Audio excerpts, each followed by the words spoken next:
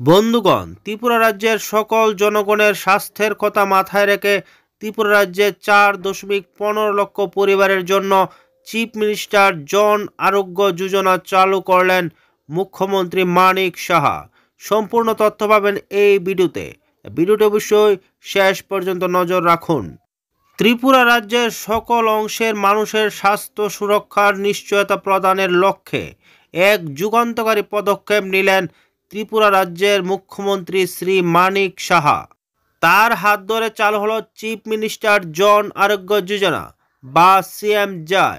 এই স্বাস্থ্য বীমা প্রকল্পের অন্যতম লক্ষ্য হচ্ছে রাজ্যের 4.15 লক্ষ পরিবারকে প্রতি বছরে 5 লক্ষ টাকার বিমা কভারেজ প্রদান করা। আগরতলার নেতাজি সুভাষ বিদ্যানিকেতনে এই প্রকল্পের আনুষ্ঠানিক সূচনা হয়। মানিক সাহা বলেন, এই শুভ উদ্যোগ ত্রিপুরার জনগণের জন্য ডাবল ইঞ্জিন সরকারের একটি উপহার। যারা আয়ুষ্মান ভারত বা অন্য কোনো সরকারি বীমা প্রকল্পের আওতায় আসেননি, তারা মুখ্যমন্ত্রী জন আরোগ্য যোজনা থেকে ব্যাপক উপকৃত হবেন। স্বাস্থ্য বীমাকে এখন সবার কাছে সহজলভ্য এবং সাশ্রয়ী করে তুলতে উদ্যোগ নিয়েছে রাজ্য সরকার। মুখ্যমন্ত্রী জন আরোগ্য যোজনা হচ্ছে প্রত্যেকের জন্য স্বাস্থ্য সুরক্ষার গ্যারান্টি নিশ্চিত করার জন্য রাজ্য সরকারের একটি যুগান্তকারী পদক্ষেপ। এর ফলে সুবিধাভোগীরা বছরে 5 লক্ষ টাকা পর্যন্ত চিকিৎসার সুবিধা পাবেন। মানিক সাহা আরও বলেন, রাজ্যের সমস্ত জনগণের কাছে স্বাস্থ্য বীমা পরিষেবার সুবিধা পৌঁছে দিতে রাজ্য সরকার উদ্যোগ নিয়েছে। দেশের অন্যান্য রাজ্যের সঙ্গে ত্রিপুরা রাজ্য 2018 সালের 23শে সেপ্টেম্বর আয়ুষ্মান ভারত প্রধানমন্ত্রী জন আরোগ্য যোজনার সূচনা হয়েছিল। আয়ুষ্মান ভারত প্রধানমন্ত্রী জন আরোগ্য যোজনায় দেশের অনেক সুবিধাভোগী উপকৃত হয়েছেন। রাজ্যে প্রায় 9,75,000 পরিবারের মধ্যে 5,12,000 পরিবার এই প্রকল্পের অন্তর্ভুক্ত হয়েছে।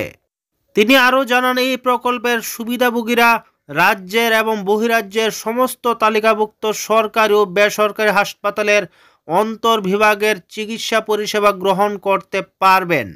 এই প্রকল্পে হাসপাতাল থেকে ছুটির পরবর্তী 15 দিন পর্যন্ত ওষুধপত্রের ব্যবস্থা করা হবে। রাজ্যের বিভিন্ন ক্যাটাগরির সরকারি কর্মচারীরাও এই যোজনার আওতায় আসতে পারবেন, তবে তাদেরকে মেডিকেল অ্যালাউন্স এবং মেডিকেল রিএম্বার্সমেন্ট সারেন্ডার করতে হবে।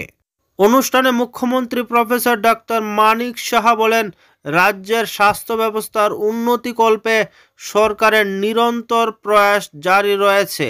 রাজ্যের পরিকাঠামো উন্নয়নে সম্প্রতি ডোনার মন্ত্রক 5টি প্রকল্পে মোট 717 কোটি টাকার মঞ্জুরি দিয়েছে।